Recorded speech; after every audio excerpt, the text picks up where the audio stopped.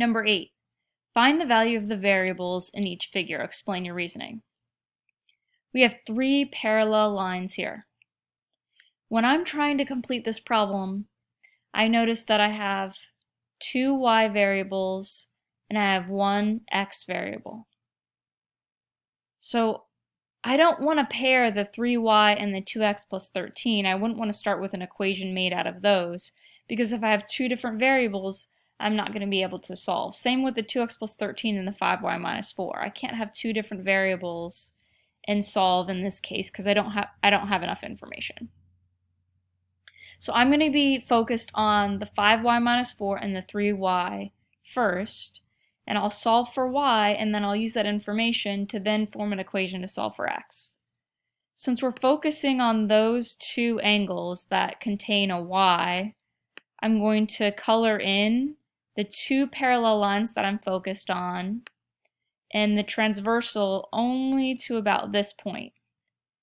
Because right now I'm going to just ignore this information over here. I'm just going to pretend like that information isn't there and focus on this section. When you look at this angle and this angle, they don't have a direct relationship. You know, we haven't defined that relationship when we've been talking about the angles formed by parallel lines in a transversal. So what I'm going to do is I'm going to move one of the angles so that we recognize the relationship. I realize that this angle here and this angle here are both corresponding angles, and corresponding angles are congruent. So if this angle equals 3y degrees, then this angle here also equals 3y degrees, because both of these are bottom right. You know, when you're looking at the 4 angles here, this is what I would call the bottom, because below the transversal, and it's on the right side of this parallel line. And then this also, in this set of 4 angles, is in that bottom right spot. So now that I have these 2 angles side by side, this is an angle relationship that I recognize. This is a straight angle. So when I add these 2 together, they should equal 180. So I can take the 5y minus 4 and then add to that the 3y, and together these 2 will form 180 degrees, 180 degree angle. And then from here I'm going to combine like terms. So 5y and 3y together make 8y. And then we have a, minus 4 equals 180. From here, we add 4 to both sides.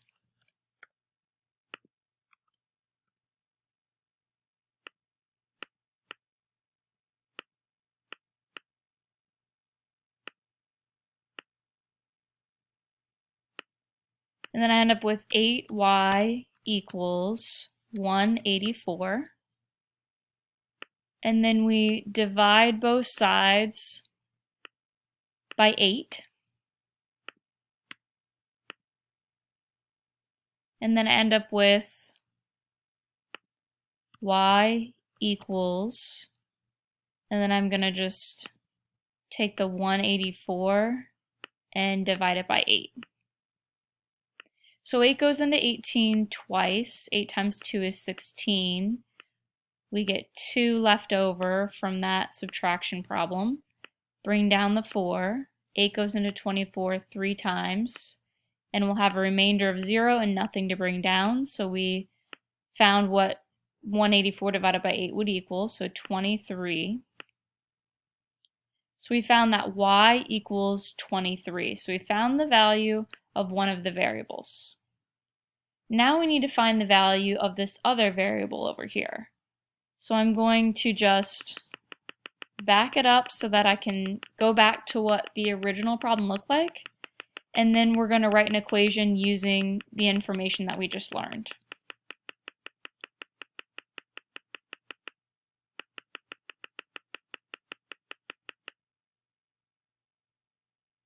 Okay, a little too far.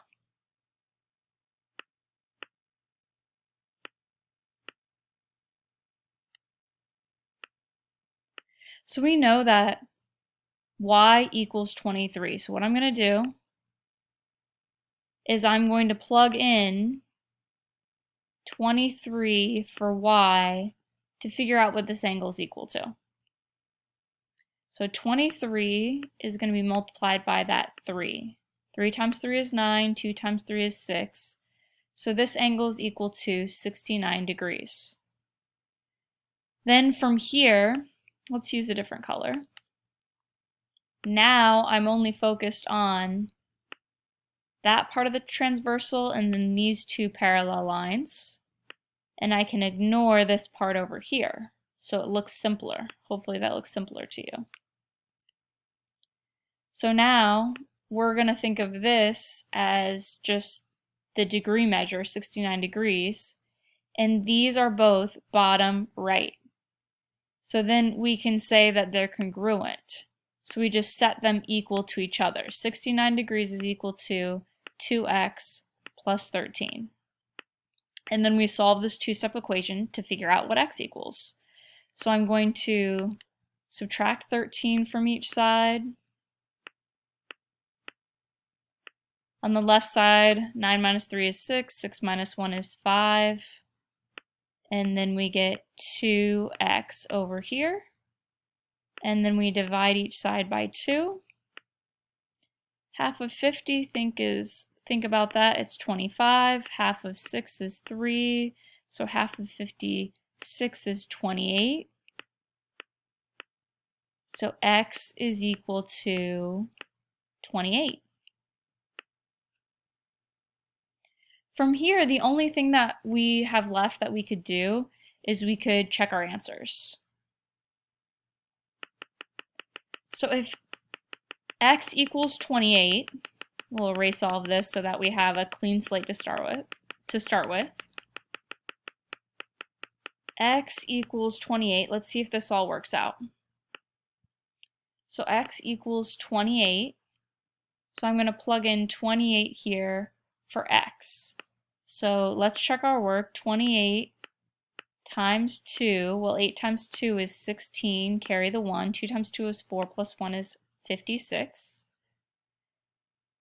So we get 56, and then we add on the 13, and we get that angle to equal 69, which is what we found this angle to equal. So that works out so far. So then from here, vertical angles are congruent. This would be 69 degrees. Alternate interior angles are congruent. So this would be 69 degrees. And then from there, we said that y was 23. So let's multiply 5 times 23 and subtract 4 and see what we get. So 23 times 5. All right, that's 15. 2 times 5 is 10, plus 1 is 11, so 115. Then we have to, we have to actually subtract. Let me get rid of that. Subtract 4, and we're left with 111. So our final check would be, if this is 111, well 111, this angle, plus 69 must equal 180 for this all to work out properly. So 9 plus 1 is 10, 6 and 1 is 7, plus 1 is 8, and it does equal 180. So that was a way to check our work to make sure that we did this correctly. So our final answer is x equals 23, and we found y equal to 28, and we already checked our work, so this is our final answer.